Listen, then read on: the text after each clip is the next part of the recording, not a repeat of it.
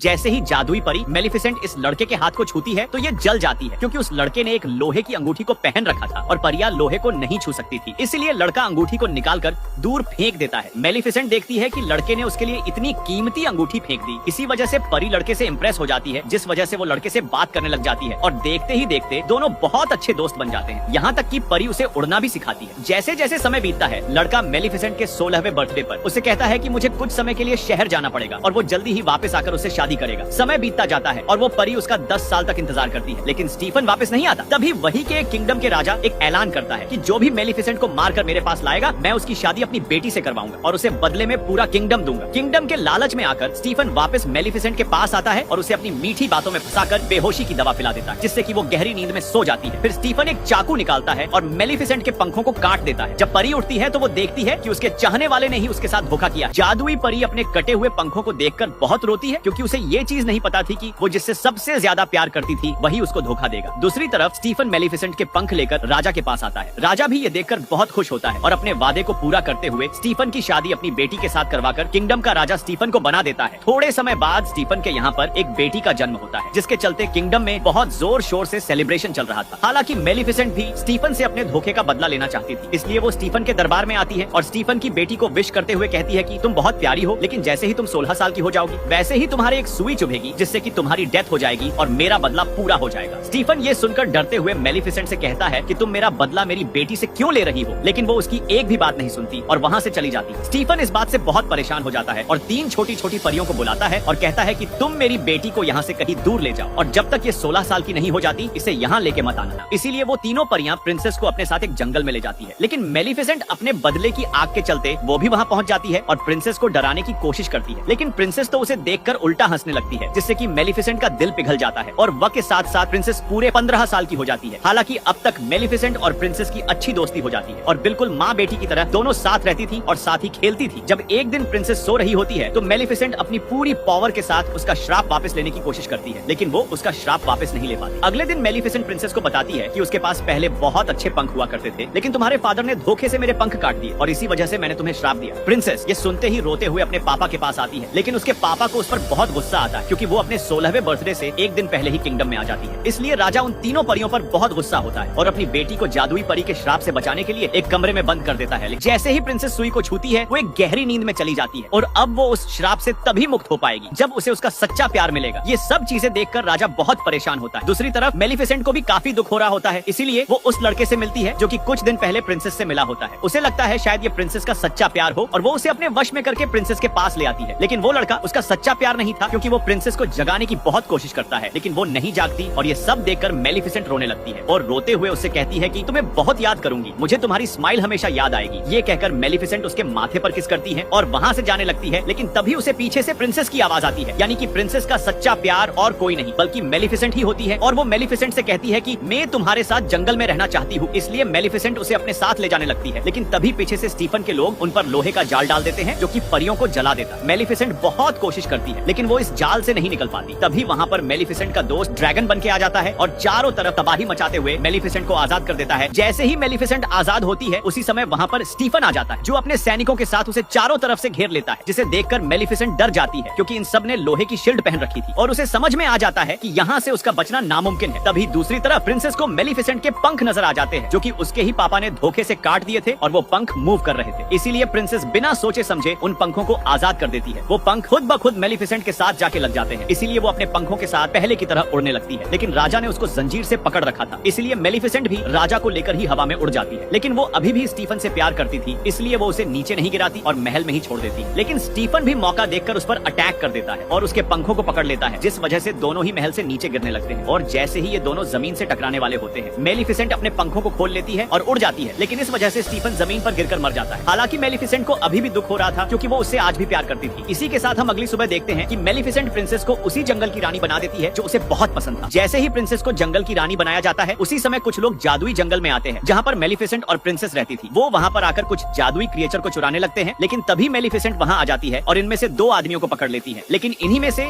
एक आदमी क्रिएचर को चुराकर दूर जंगल में भाग जाता है, जहाँ पर उसे बहुत सारे जादुई चमकीले फूल नजर आते हैं और आदमी भागते हुए किंगडम की तरफ आ जाता है। और जैसे ही वो दरवाजा खोलता है, उस दरवाजे से किसी का हाथ बाहर आता है और उससे वो क्रिएचर मांगता है, इसलिए वो चुराया हुआ क्रिएचर उसे दे देता है। हालांकि उसके कपड़े पर वही जादुई जादुई फूल भी लगा होता है। उसे भी वो महल वाला आदमी ले लेता है और इन दोनों चीजों के बदले उसे पैसे दे देता है। अगली सुबह प्रिंसेस को पता चलता है कि उनके जंगल से क्रिएचर गायब हो चुके हैं और जब प्रिंसेस उस क्रिएचर को ढूंढने जाती है तो उसे वही लड़का मिलता है जो कि पिछले पार्ट में उसे जगाने के लिए आया था। लेकिन तब तक वो उसका सच्चा प्यार नहीं था, वो भी एक प्रिंस था और बहुत टाइम से वो प्रिंसेस को पसंद करता था, इसलिए वो बिना कुछ सोचे समझे प्रिंसेस को प्रपोज कर देता है। ये देखकर वो भी बहुत खुश होती है क्योंकि वो भी फिलिप को कहीं ना कहीं पसंद करती थी। लेकिन प्रिंसेस को ये चीज नहीं पता थी कि वो ऐसा करके खुद के पैर पे ही कुल्हाड़ी मार रही है। प्रिंस फिलिप अपने पेरेंट्स को बताता है कि उसे एक लड़की पसंद आ चुकी है जिससे वो शादी करना चाहता है। ये सुनकर उसके पिताजी तो बहुत खुश होते हैं, लेकिन उसकी माँ को ये चीज बिल्कुल भी पसंद नहीं आती। फिर भी वो बेटे का दिल रखते हुए प्रिंसेस को खाने पे बुलाने को कहती है। हालांकि मेलिफिसेंट को भी प्रिंसेस की ये चीजें बिल्कुल पसंद नहीं आती। वो प्रिंसेस से कहती है कि सच्चे प्यार जैसी कोई चीज नहीं होती, लड़के हमेशा धोखा देते हैं। लेकिन प्रिंसेस उसकी एक बात भी नहीं सुनती और वहाँ से चली जाती और ना चाहते हुए भी मेलिफिसेंट को प्रिंसेस की डिनर वाली बात माननी पड़ती है। लेकिन प्रिंस फिलिप की माँ डिनर वाले दिन गुस्से में एक सीक्रेट रूम में जाती है जहाँ पर वो एक अजीब से दिखने वाले आदमी से जाके बोलती है कि जल्दी अपना काम करो, हमारे पास टाइम बहुत कम है। और हमें वहीं पर वो सुई भी दिखाई देती है जिसे छूकर प्रिंसेस गहरी नींद में चली गई। और इसके अलावा वो चुराया हुआ जादुई क्रिएचर और वो चमकीला जादुई फूल भी हमें वहीं पर नजर आता है। अगले दिन प्रिंसेस और मेलिफिसेंट डिनर पर जाने के लिए तैयार हो जाते हैं, लेकिन जैसे ही किंगडम के लोग मेलिफिसेंट को देखते हैं वो डर जाते हैं और अपने हथियार निकाल लेते हैं। हालांकि मेलिफिसेंट ये सब देखकर हंसते हुए महल के अंदर चली जाती है और डिनर करने लगती है। तो रानी बार बार मेलिफिसेंट को उसका पुराना वक्त याद दिलाती है क्योंकि उसे वो दोनों बिल्कुल भी पसंद नहीं थे। लेकिन तभी मेलिफिसेंट